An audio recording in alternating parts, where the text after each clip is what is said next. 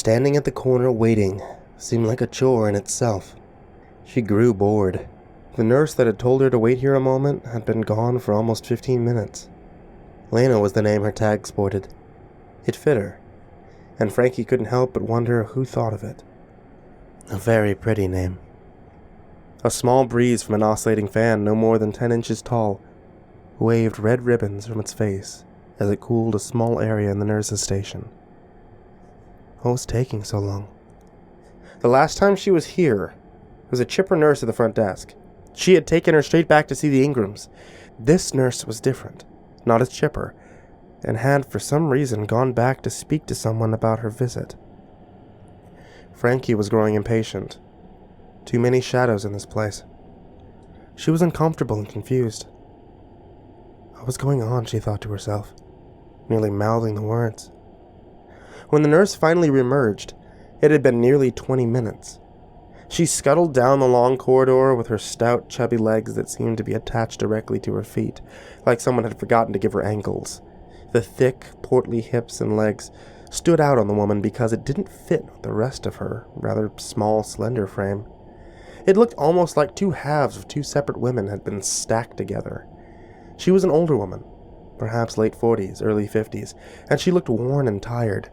Her light brown hair frizzed out of its trappings on both sides, with slight hints of gray showing itself as she passed beneath the fluorescent lights. Her mouth curled downward involuntarily on her pale, passionless face, as though her years and experience had prevented her from smiling. Frankie could only imagine. This woman, in her years of employment at this home, must have seen so much death. "Miss Welsh, I'm sorry to have to keep you waiting," she said impersonally.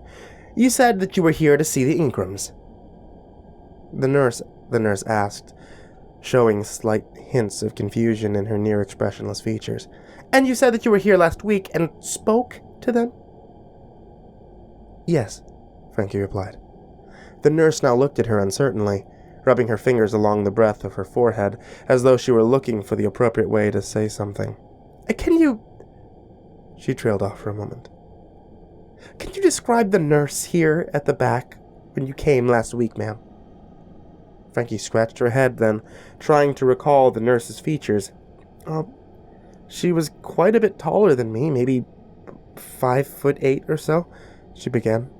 "She had sort of pinched features, dishwater hair, about shoulder length, maybe early 20s. Very chipper, cheerful disposition." The nurse was taken aback by the description. "Do you remember her name?" Lena closed her eyes tight then, as though anticipating some ghoul to jump out at her. Frankie grew concerned. "Ma'am, I'm only here to see the Ingrams. May I please—" Lena shot her eyes open and cut her off before she could finish. "Please, Mr. Welsh, do you remember the nurse's name?" Frankie stared for a moment at her, before responding. Lena looked genuinely worried, but she couldn't understand why. What was going on, she wondered. Natalie. Frankie watched, unsure of the situation, as the older woman's shoulders slumped, and she could gauge the...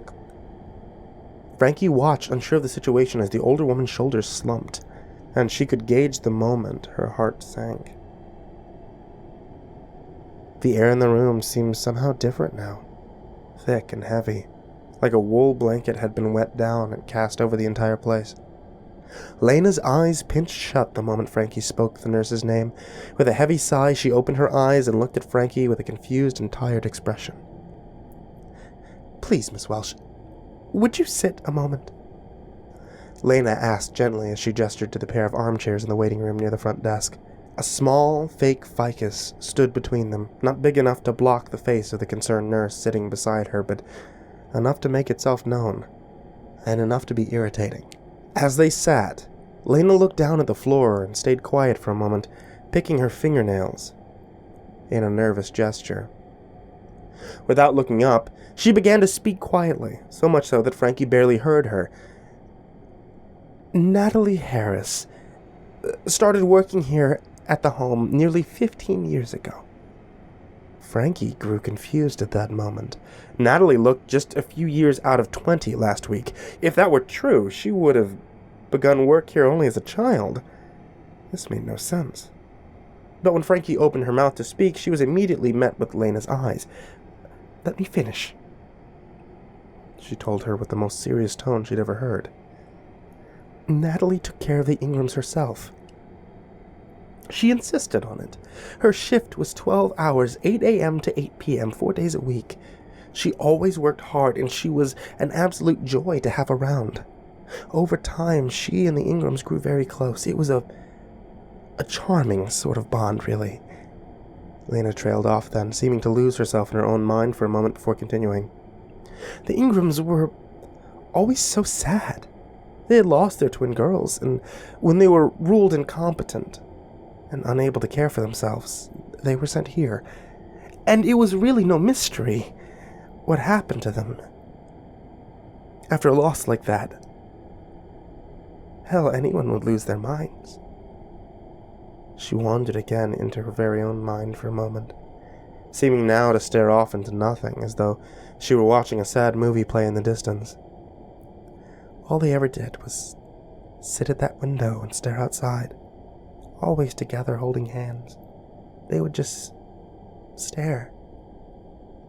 Frankie watched the slightest hint of tears form in the corner of the older woman's eyes. She wondered in that moment why she had spoken of the Ingrams and this Natalie in a past tense. And a sudden sense of dread began to claw at her chest. In essence, she became like another daughter to them, and after a while, they seemed almost happy. It was a very sudden change in them, like there was something they had to look forward to. Lena sat there, staring off at nothing as she spoke. She didn't blink, just sat there, staring, telling her story. Every day during her shift, she would sit with them at their window, talking and laughing, normal chit-chat like old friends make. She would make her normal rounds and go straight back to the Ingrams. The rest of us thought nothing of it. In fact, we were glad in a way, though I'm ashamed to admit it, to have them off our hands. But they seemed happier. She looked down again, worried at her fingernails the way that she had a few moments earlier. One morning during my rounds, I noticed them sitting there as usual. I could see between the chairs that they were holding hands like they always did. I didn't bother them. Just made my usual rounds. Nothing seemed out of the ordinary. At that moment, the tears that clung so fiercely to her lashes fell like small drops of rain onto her blouse. But still, she didn't blink.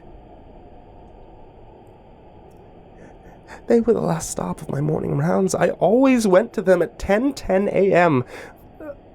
But when I walked into the sitting room, it felt colder.